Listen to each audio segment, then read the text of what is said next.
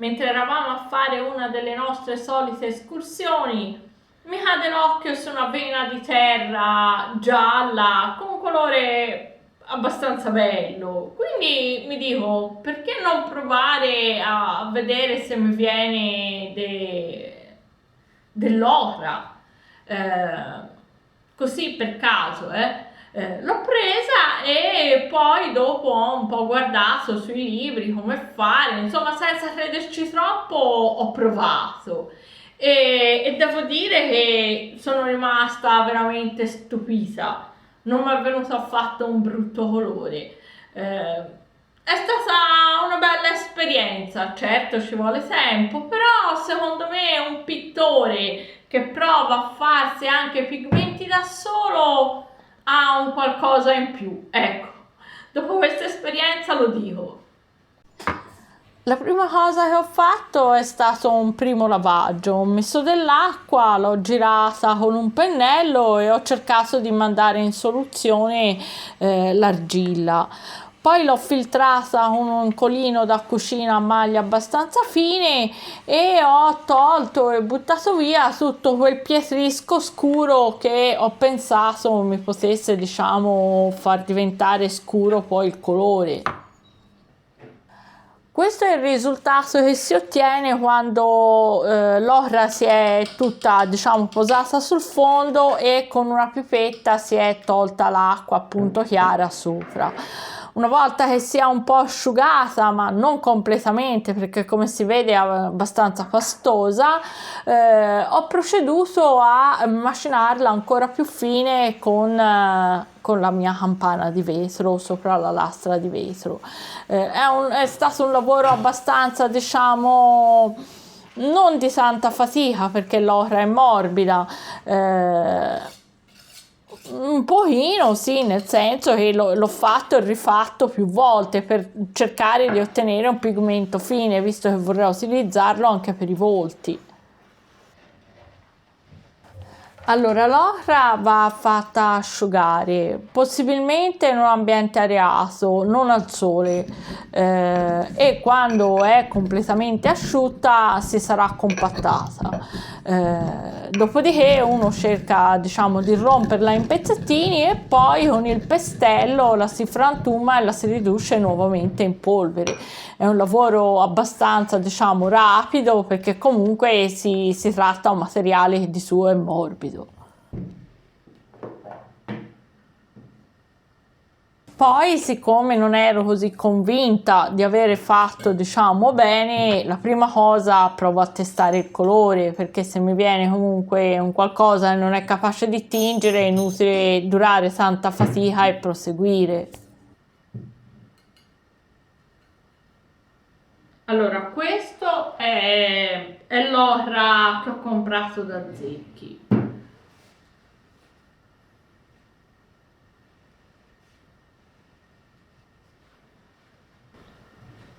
Questa è l'ocra che ho fatto io.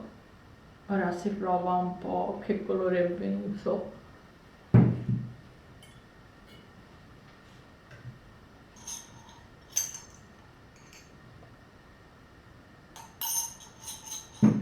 no prima un po'.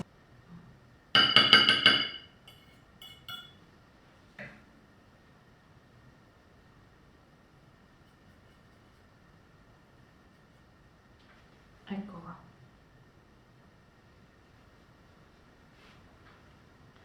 Forse non è altrettanto bella, però per essere il mio primo esperimento io sono contenta, insomma, sono soddisfatta, è venuta gialla quasi come quella di Zecchi,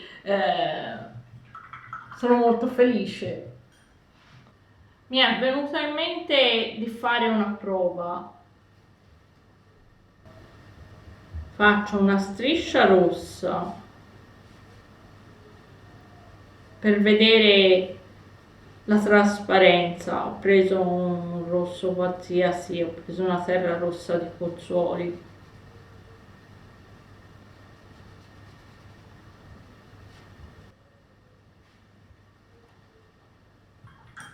Adesso bisogna aspettare un attimo che si asciughi. Allora, in questa prova volevo vedere se hanno tutte e due la stessa coprenza. Allora, la prima che metto è l'ocra, quella di Zecchi, l'ocra gialla.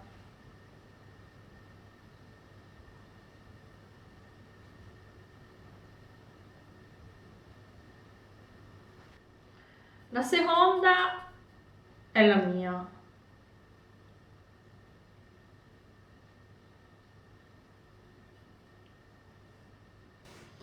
Ecco, da questa prova vedo anche che i due colori non hanno la stessa trasparenza.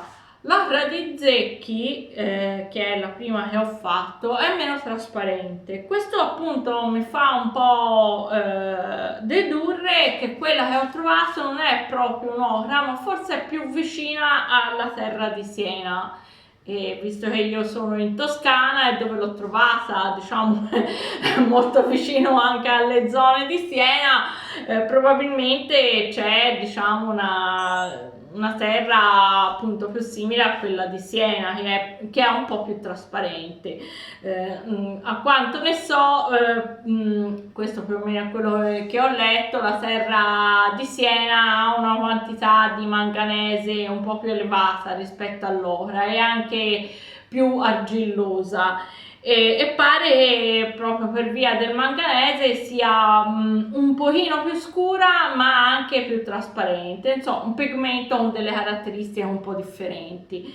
Ecco, guarda quante cose si impara facendo, diciamo, provando a fare anche un pigmento. È stata una bellissima esperienza.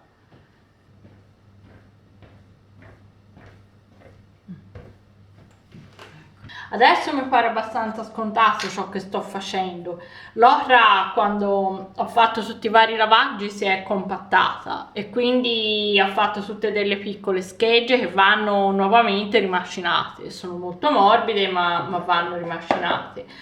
Un po' appunto come abbiamo visto l'ho già fatto e adesso le setaccio con un colino il più fine che uno ha, io ho questo e quindi cerco appunto di setacciare e fare passare, diciamo, il pigmento più fine e quello più grosso che mi resta nel mio setaccio lo metto nel mortaio per poterlo macinare nuovamente. Questo ovviamente per creare un pigmento sottile. Poi prendo il mortaio, lo rimascino, ci vuole poco perché è molto molto morbido.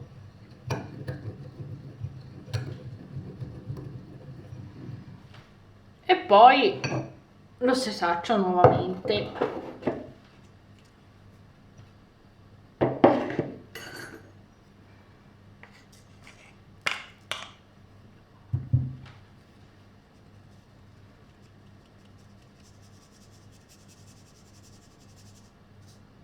Di nuovo i pezzettini più grossi li risetaccio, li rimascino, scusate, li rimascino nuovamente finché non riesco a creare una polvere tutta sottile, fine.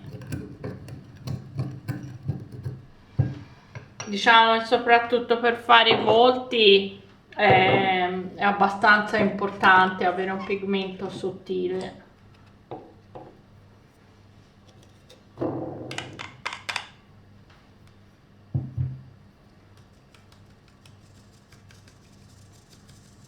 Adesso è passato quasi tutto.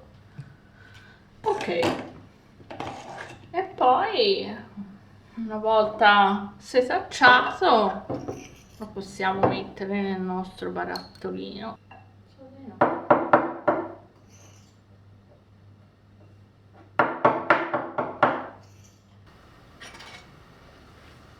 Bene, adesso metterò la mia ocra ad asciugarsi.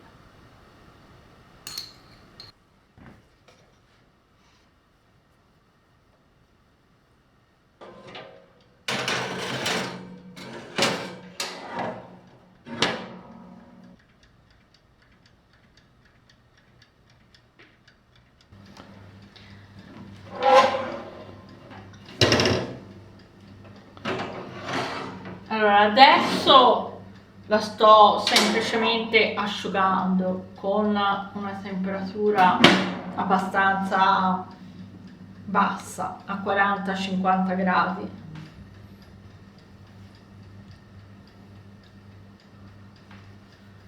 Fa questo lavoro per circa un'ora.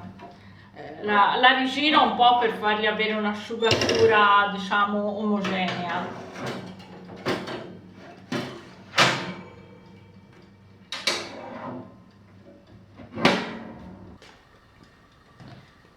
Bene, adesso passati questi 15 minuti lo tolgo.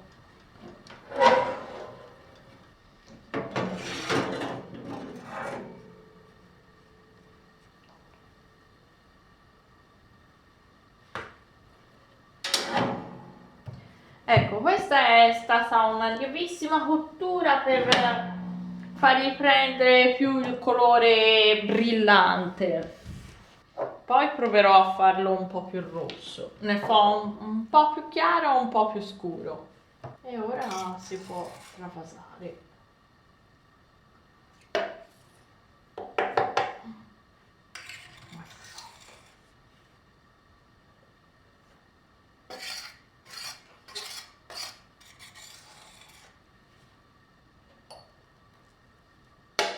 Allora, ho fatto più prove di cottura e via via ho fatto appunto delle prove di pittura per vedere il cambiamento del colore con la cottura.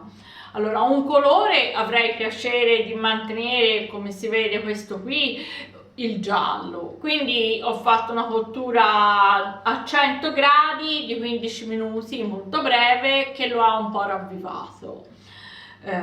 Poi volevo provare a fare il rosso e qui ho fatto tutta una serie, diciamo, di prove di colore con 15, 30 minuti, 40, 50, 60, 70, 90 e 110. Mi sono accorta che mi sembra un buon colore quello a 30 minuti, perché viene un colore abbastanza un po' ambrato, rossiccio, che può essere utile anche per gli incarnati, bello trasparente, e uno abbastanza scuro a un'ora, praticamente 110 minuti, quasi 2 ore. Volevo provare a fare queste tre tonalità. Allora, adesso ho un paio di ore di tempo che lo posso seguire, per cui decido di fare la cottura quella più lunga, che fa diventare il colore un po' più rosso. Allora, metto il forno a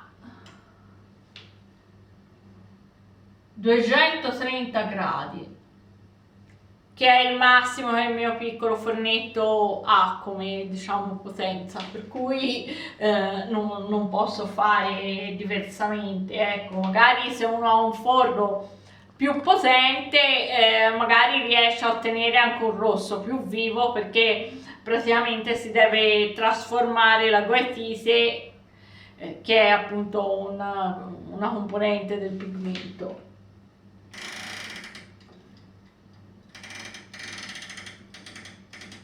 E metto 120 minuti, 2 ore, a 230 gradi. Adesso non resta altro che aspettare. Magari ogni tanto può essere prudente a controllare il colore, cosa succede, tipo ogni 20 minuti, però insomma io ho già fatto tutte le mie prove nel pomeriggio, quindi insomma non lo farò molto.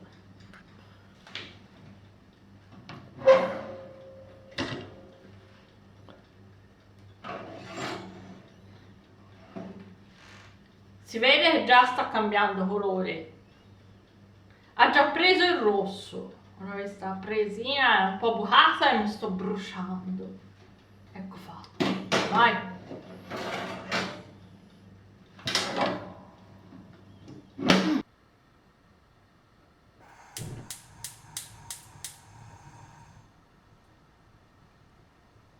Volevo provare in qualche modo a fare un rosso un po' più rosso E allora, interrogando il chat GPT, mi ha dato la brillante idea di provare sul fornello. E allora mi sono detta un pochino, guardiamo cosa succede. E ecco qua, effettivamente il fornello ha una, diciamo, temperatura molto più elevata e sono riuscita a raggiungere un rosso un po' più vivo. Ogni tanto è opportuno provare il colore, diciamo, almeno per me che non sono così esperta ed è la prima volta che lo faccio, perché comunque va tenuto sotto controllo, potrebbe bruciarsi, potrebbe diventare marrone, insomma, non voglio che da un rosso diventi un marrone brutto.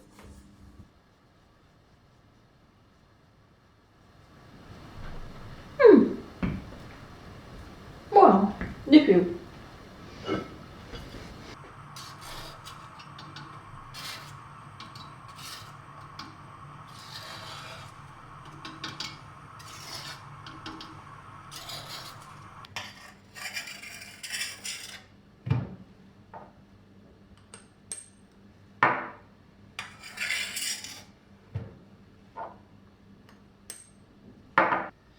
Allora, a questo punto finalmente ho finito. Quindi faccio un po' di prova colore di quello che sono riuscita a fare. Questa è quella più scura che ho fatto sul fornello. Questa è quella un po' più scura ma fatta nel fornetto. E questa è quella chiara.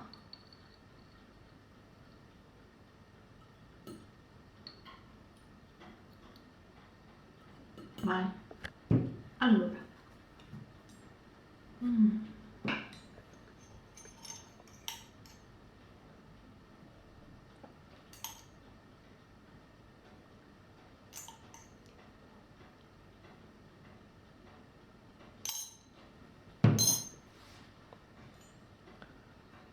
Comincio dalla chiara.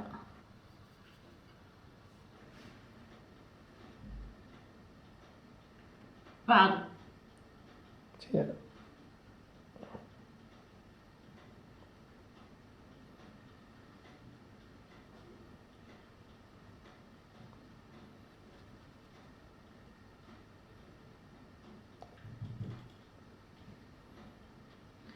Allora, questa è quella intermedia fatta nel fornetto.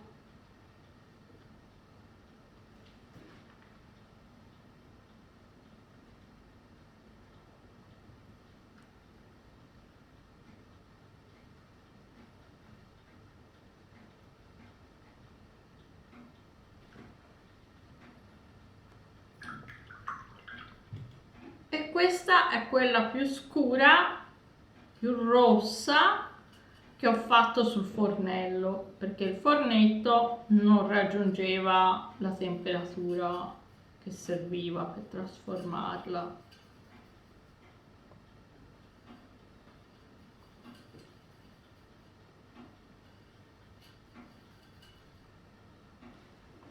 Ed è venuta un po' più rossa.